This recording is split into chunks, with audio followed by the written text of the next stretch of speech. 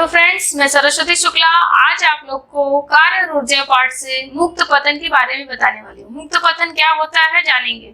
मुक्त पतन अर्थात किसी भी पिंड को अगर हम ऊंचाई पर ले जाते हैं और वहां से अगर हम उस पिंड को छोड़ते हैं तो गुरुत्वाकर्षण बल के कारण जो वस्तु गिरती है, पिंड नीचे गिरती है, उसे हम क्या कहते हैं? मुक्त पतन कहते हैं।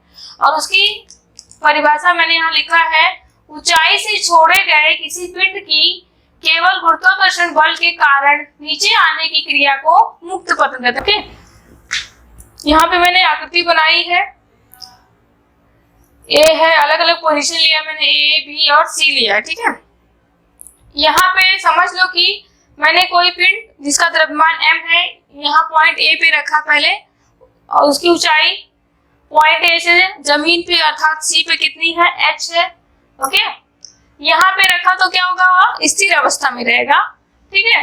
यहाँ पे समझ लो एक मैंने वस्तु रखा है जिसका द्रव्यमान क्या है? m है। समझ लो एक वस्तु है जिसका द्रव्यमान क्या है? m है। और यहाँ पे ऊंचाई पे रखा गया जिसका जमीन से इसकी ऊंचाई कितनी है? h है, ठीक है। तो आप देख रहे हैं कि इसका जो है ऊंचाई क्या है? h है, और ये क्या है? स्थिर है। और कौन से बिंदु पे है? बिंदु ए पे है, मतलब कि एक ऊंचाई पर है, ठीक है। अब हमें क्या ज्ञात करना है कि बिंदु ए, बिंदु बी और बिंदु सी पे इसकी ऊर्जा कितनी है, मतलब जो द्रव्यमान है उसकी ऊर्जा कितनी होगी, क्योंकि वो गतिशील अवस्था में रहेगा। उसकी अलग अलग पोजीशन पे, बिंदु ए मतलब सबसे ऊंचे पोजीशन पे उसकी ऊर्जा कितनी है, फिर बिंदु बी पे कितनी होगी उसकी ऊर्जा, और बिंदु सी पे उस पिंड की ऊर्जा कितनी होगी, वह हमें ज्ञात करना है, ठीक है। तो हम बिंदु ए से शुरुआत करते हैं। बिंदु ए पर जो होती है पिंड की ऊर्जा कितनी होगी? पिंड की ऊर्जा, ओके। पिंड की ऊर्जा हमें ज्ञात करनी है। बिंदु ए, आपको पता है ऊर्जा क्या होती है? यह गतिज ऊर्जा और स्थितिज ऊर्जा का टोटल होता है। कुल ऊर्जा क्या होती है? स्थितिज ऊर्जा प्लस गतिज ऊर्जा को क्या कहते हैं? कुल ऊर्जा। जो पिंड की ऊर्जा होती है दोनों को मिला के बनती है, ठीक है। तो हम पहले बिंदु ए पे हम पहले क्या मानेंगे कि माना कि जो पिंड का द्रव्यमान है कितना है? m है, ओके। पिंड का द्रव्यमान m है, ठीक है, m है, राइट। इसका द्रव्यमान m है और जो इसकी ऊंचाई कितनी है? ऊंचाई जमीन से इसकी ऊंचाई कितनी है? जमीन से बिंदु a तक की ऊंचाई हमको क्या माननी है? h माननी है। हमने ऊंचाई h तक उठाया है इस वस्तु को, ठीक है। ऊंचाई h है, तो क्या है? a बराबर क्या हो जाएगा? g हो जाएगा। कि जब आप देख रहे हो कि पिंड क्या है, पिंड जो है स्थिर अवस्था में, राइट। बिंदु ए पे क्या है? स्थिर अवस्था में। तो आपको पता है इसका प्रारंभिक वेग क्या हो जाएगा? शून्य हो जाएगा। उसका प्रारंभिक वेग शून्य हो जाएगा, ठीक है। और इसका अंतिम वेग हमें पता नहीं है, राइट, क्योंकि स्थिर अवस्था में तो ये भी आपको पता नहीं है। तो हमें क्या ज्ञात करना है? सबसे पहले गतिज ऊर्जा ज्ञात करनी है, उस पिंड की गतिज ऊर्जा बिंदु ए पे। तो हम इसको लिखेंगे kinetic energy at point A बराबर क्या होगा? Half mv², okay. mv नहीं आएगा क्योंकि अंतिम वेग है, तो ये शुरुआत में ही रेस्ट पोजीशन पे रुका हुआ है, इसलिए mv² आएगा। और हमें पता है बिंदु ए पे इसकी जो वेग है क्या है? शून्य है, तो ये क्या हो जाएगा? 0 हो जाएगा। क्यों 0 हो जाएगा? क्योंकि हाफ mu(a²) क्या है? 0, इसलिए क्या हो जाएगा? 0 हो जाएगा। समझ में आ रहा है? अब ठीक इसी प्रकार ये क्या है? गतिज ऊर्जा है,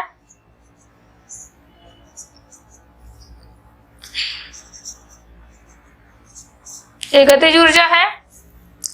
ठीक इसी प्रकार हम क्या ज्ञात करेंगे? स्थितिज ऊर्जा ज्ञात करेंगे, ठीक है। स्थितिज ऊर्जा बिंदु ए पे क्या हो जाएगी? mgh।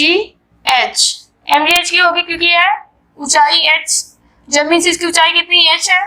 m क्या है? पिंड का द्रव्यमान, g क्या है? गुरुत्वाकर्षण त्वरण है, ठीक है। तो इसकी ऊंचाई, इसका जो एनर्जी ऊर्जा हो जाएगी क्या हो जाएगी? mgh हो जाएगी।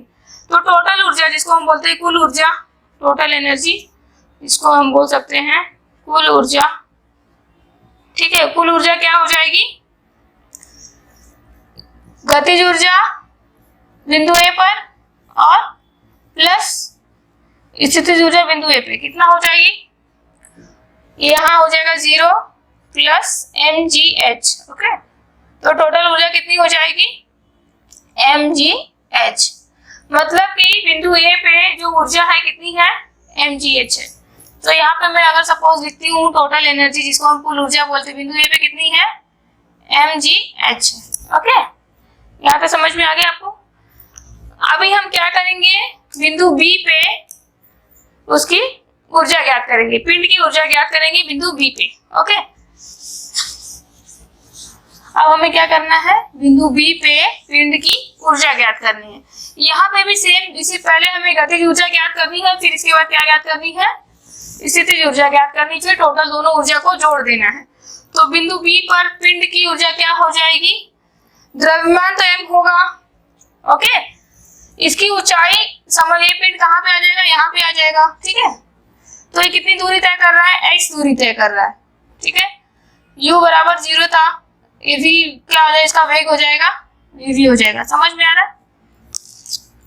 तो अब देखिए, अब हम गतिज ऊर्जा ज्ञात करेंगे। गतिज ऊर्जा बिंदु बी पे क्या होती है, गतिज ऊर्जा बराबर हाफ m जो द्रव्यमान है v स्क्वायर। ओके, अब देखिए, इसको ज्ञात करने के लिए हमें ये समीकरण का उपयोग करना पड़ेगा, v square u square plus 2as। Okay, आपको पता है कि a के स्थान पे क्या हो जाएगा, g हो जाएगा। s मतलब कितनी दूरी तय किया, इसने दूरी x तय की, तो s के स्थान पे x लिखेंगे। और u v क्या है, प्रारंभ में 0 था, इसलिए क्या हो जाएगा 0 हो जाएगा। तो हम यहाँ लिखेंगे v स्क्वायर क्या हो जाएगा, मतलब अंतिम वेग बिंदु b पे क्या हो जाएगा, पिंड का 0 प्लस 2gx। समझ में आ रहा है। तो मतलब कि जो वेग का वर्ग हो जाएगा अंतिम वेग का क्या हो जाएगा, 2gx हो जाएगा। ठीक है, तो गतिज ऊर्जा क्या होती है, गतिज ऊर्जा इसको हम इंग्लिश में काइनेटिक एनर्जी बोलते हैं, एट पॉइंट बी क्या हो जाएगा, हाफ पिंड का द्रव्यमान गुणे वेग का वर्ग। तो वेग का वर्ग क्या है, 2gx। ठीक है, 2gx है, राइट।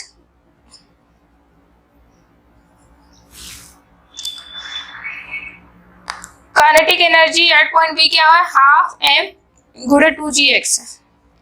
अब देखिए 2 और 2 कट हो जाएगा, बचेगा क्या, mgx बचेगा। समझ में आ रहा है आपको। Kinetic energy at point B मतलब गतिज ऊर्जा बिंदु बी पे कितनी है, m मतलब पिंड का द्रव्यमान, g मतलब की गुरुत्वाकर्षण त्वरण, और a क्या है, x क्या है, दूरी जितने उसने तय की पिंड ने। ठीक है, अब हमें क्या करना है, इसकी स्थितिज ऊर्जा ज्ञात करनी है। स्थितिज ऊर्जा कैसे ज्ञात करेंगे, स्थितिज ऊर्जा क्या क्या सूत्र है, इसको आप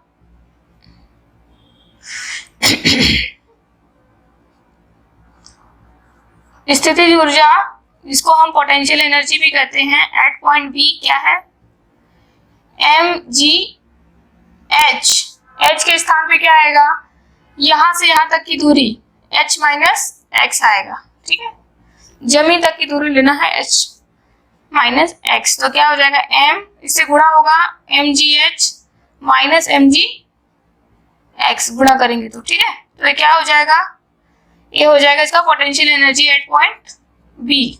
ठीक है, पोटेंशियल एनर्जी मतलब की गति स्थितिज ऊर्जा, पोटेंशियल एनर्जी अर्थात स्थितिज ऊर्जा बिंदु बी पे क्या हो जाएगी, mgh माइनस mgx। ठीक है, अब हमें क्या ज्ञात करनी है, कुल ऊर्जा ज्ञात करनी है। कुल ऊर्जा का सूत्र मैंने आपको बताया था, क्या होता है, काइनेटिक एनर्जी बिंदु मतलब कि गतिज ऊर्जा बिंदु बी पे प्लस पोटेंशियल एनर्जी मतलब स्थितिज ऊर्जा बिंदु बी पे।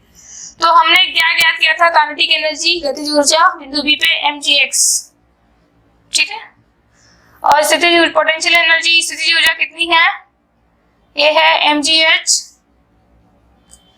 Minus mgx। ओके, अब आप देख रहे हैं mgx और माइनस mgx क्या है, कट हो जाएगा, प्लस माइनस की साइन में है, सो बचेगा क्या, mgh।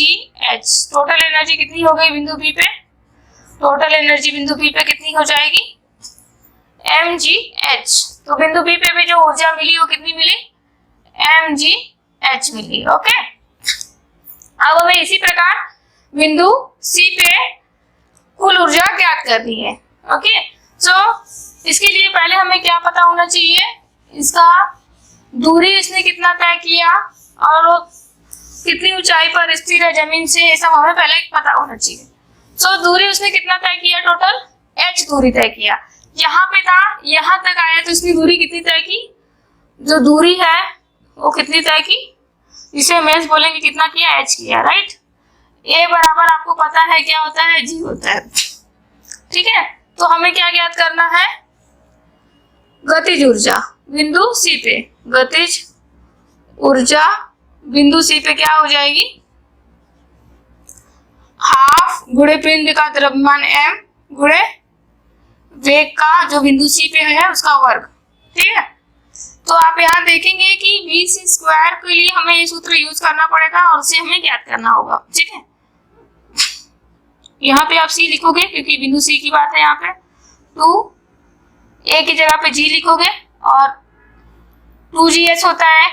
ओके, 2as होता है, तो आपको मैं यहाँ बता देती है क्या है, 0 हो जाएगा, प्लस 2a के स्थान पे क्या लिखोगे, g लिखोगे, गुरुत्वाकर्षण त्वरण s के स्थान पे क्या लिखोगे, h लिखोगे।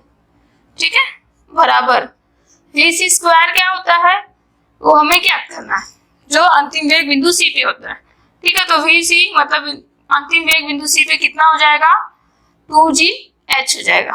ओके, 2gh हो गया।